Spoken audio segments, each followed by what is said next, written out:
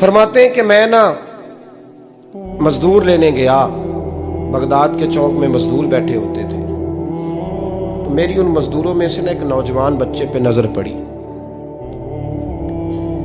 बड़ा कमजोर सा वजूद था, लेकिन चेहरे पर इबादत का निशान था। माथा बताता था कि नमाज का बड़ा ख्याल रखता है। मैं उसके करीब गया। चेहरे भी बड़ा कुछ बताते हैं ना, चेहरों में भी बड़ी रानाई होती है। फरमाते हैं मैं करीब गया, मैंने उसको कहा बेटे मजदूरी करोगे? तो कहने लगा मजदूरों में बैठा हूँ तो हुजूर मजदूरी के लिए ही तो बैठा हूँ। तो मैंने कहा कि चलो फिर। कहने लगा नहीं मेरी कुछ शर्तें।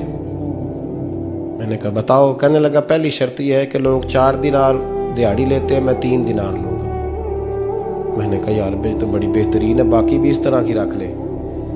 उसने कहा हुजूर दूसरी शर्त यह है कि मैं आपकी मुकम्मल बात मानूंगा, लेकिन जब अजान हो जाएगी फिर आपकी नहीं सुनूंगा। तीसरी बात उसने ये की कि हुजूर मैं आपके घर में काम करूंगा पर आपके किसी सवाल का जवाब नहीं दूंगा। कहते मैंने कहा यार तू बड़ा अजीब है, शर्तें तो मालिकों की होती हैं। कहने लगा जी बहरहाल मैं शर्तें लगा के जाता हूँ। फरमाते मैं उसे घर ले आया, काम मैंने उसको बताया, तो जो काम मजदूर सारे दिन में करता है ना उसने 2 घंटे में ही कर दिया। हमारे मजदूर सिगरेट पीने में भी तो आधा घंटा लगाते हैं, वो चाय पीने जाएं तो पौना घंटा वहां। उनको भी तो दयानतदारी करनी चाहिए कि नहीं करनी चाहिए? ने मुआहदा किया है ना जी, तो पूरा उतरना चाहिए ना। कहते 2 घंटे में। अब काम जब बंदा शुरू कराता है तो काम और निकल आता है। कहते काम मैंने उसको और बता दिया, वो करने लगा। उसने मिट्टी निकाल के रखी थी बाहर रास्ते में, तो अजान हो गई जोर की। उसने वहीं कुदाल छोड़ी कही और चलने लगा। तो मेरा बेटा कहने लगा इसको जरा बराबर कर दो। कहने लगा चुप कर जा, तेरे बाप से बात हुई थी, जब अजान होती है तो मैं किसी और की नहीं सुनता, सिर्फ अल्लाह रसूल की सुनता हूँ। कहते मस्जिद चला गया, नमाज पढ़ के आया तो दोपहर का वक्त था। मेरी बीबी कहने लगी इसको को खाना खा ले। कहते हमने कहा खाना खा लो, तो कहने लगा मैंने रोज़ा रखा हुआ, रमज़ान भी नहीं था, नफली रोज़ा रखा हुआ। फरमाते हैं शाम हुई, मैंने 3 दिनार दिए। तो मैंने कहा तेरा नाम क्या है? कहने लगा मैंने आपसे कहा था मैं किसी सवाल का जवाब नहीं दूंगा।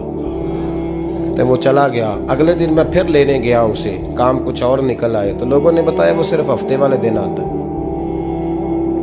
मैंने कहा क्यों? कहने लगे जी वो कहता है मेरा हफ्ते का खर्चा 3 दिनार है, जब 3 दिनार कमा लेता हूँ तो बाकी सारा टाइम अल्लाह रसूल की जिक्र में गुजार दिया करता हूँ। फरमाते हैं अजीब। अगले हफ्ते मैं फिर लेने गया, मैंने पूरा हफ्ता इंतजार किया कि काम उसी से कराना है। मैं जब गया तो मैंने कहा चलो। कहने लगा मेरी शर्तें याद है ना? और मैंने कहा याद है भाई साथ चल। फरमाते हैं काम कराया, 2-3 हफ्ते वो आता रहा। एक हफ्ते में गया तो लोगों ने कहा हुजूर आज नहीं आया। क्यों? कहने लगे बीमार हो गए। कहाँ घर है? कहने लगे बगदाद के कब्रिस्तान के पीछे जो कच्ची आबादी है उसमें रहता है। फरमाते मैं गया, दरवाजे पे दस्तक दी तो कहने लगा हुजूर आप हैं? दरवाज़ा खोला है, आ जाइए। फरमाते मैं अंदर गया तो मैंने कहा तुम्हें कैसे पता चला मैं आया हूँ? कहने लगा हुजूर अल्लाह वाले हो, आप नहीं आना था, वरना अमीर तो गरीबों का पता लेने कोई नहीं आते। कहते मैं करीब गया तो कहने लगा मैं आपका इंतज़ार कर रहा था, तेज़ बुखार है, तप रहा। जेब से कुछ पैसे निकाले, कहने लगा ये पैसे रख लें। एक अंगूठी निकाली, कहने लगा हुजूर आज रात को मेरा इंतकाल हो जाएगा, इन पैसों का कफन खरीद के सुबह जनाजा पढ़ के मुझे दफन कर देना, और जब दफन करो तो ये अंगूठी लेके असर के बाद हारून रशीद के पास जाना। आप उसे कहना मैंने मिलना है पर वो आपको टाइम नहीं देगा। आप उसको आवाज़ दीजिएगा कि तेरी एक अमानत है मेरे पास, फिर वो आपसे मिलेगा तो अंगूठी दे दें, फिर आप मेरी तरफ से फारिग हैं। हज़रत फरमाने लगे तेरा नाम? और कहने लगा हुजूर वक़्त थोड़ा है, आज रात मैंने जाना है, बड़ी लंबी माफ़ी मांगनी है रब करीम से, अगर मुनासिब समझे तो मुझे अपने रब से तन्हाई कर दे दें। फरमाते हैं मैं आ गया पर उसकी बातों ने मुझे सारी रात सोने नहीं दिया। फरमाते हैं सुबह बड़ी मुश्किल से सूरज निकला, मैं गया दरवाजे पे हाथ रखा तो दरवाज़ा खुला हुआ था। अंदर दाखिल हुआ तो खुशबुएं मेरा इस्तकबाल कर रही थी। जब चेहरे से कपड़ा हटाया तो उसका तो इंतकाल हो चुका। इंतकाल हो चुका है, ऐसे है जैसे किसी का दीदार करके सोया।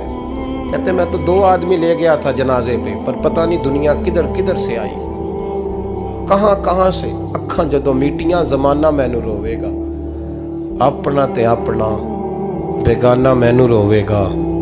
फरमाते हैं मैं तो 2 बंदे ले गया था, पर पता नहीं मखलूक कहां कहां से आई।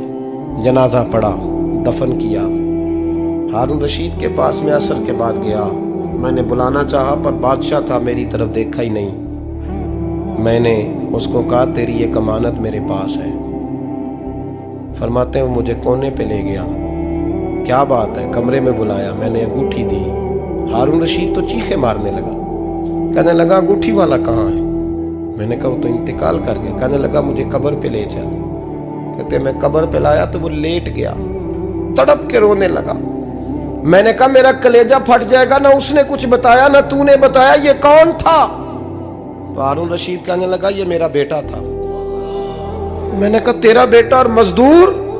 कहने लगा हुजूर ये हजरत दाऊद ताई के पास बैठा करता था, उनका मुरीद था, मुझे रोज कहता था अब्बा तूने बड़ी दुनिया इकट्ठी कर ली है, मरते वक्त तुझसे टांगे समेटी नहीं जाएंगी, इतना हिसाब नहीं तू दे सकेगा। मैं इसको समझा देता, इसकी अम्मा समझा देती। ये रोज हमें कहता छोड़ दो, आ जाओ अल्लाह रसूल की बारगाह में झुक जाएं।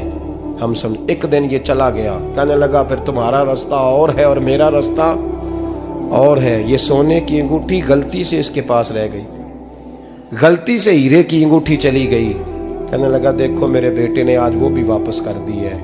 फिर तड़प के कहने लगा हारून रशीद था तो ये मेरा बेटा, पर मेरा मुर्शद निकला, मेरा पीर निकला। भाई जिंदगी तो बड़ी थोड़ी है ना।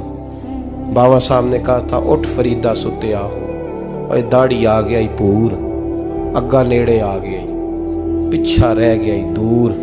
उठ फरीदा सुत्या खलकत वेखन जा, मते कोई मिल जाई बख्शिया ते तू ही बख्शिया जा। उठ फरीदा सुत्या झाड़ू दे मसीत, तू सुते रब जागदा, तेरी डाडे नाल परीत। मेरा रब हमें भी अपनी बारगाह में कबूल फरमा।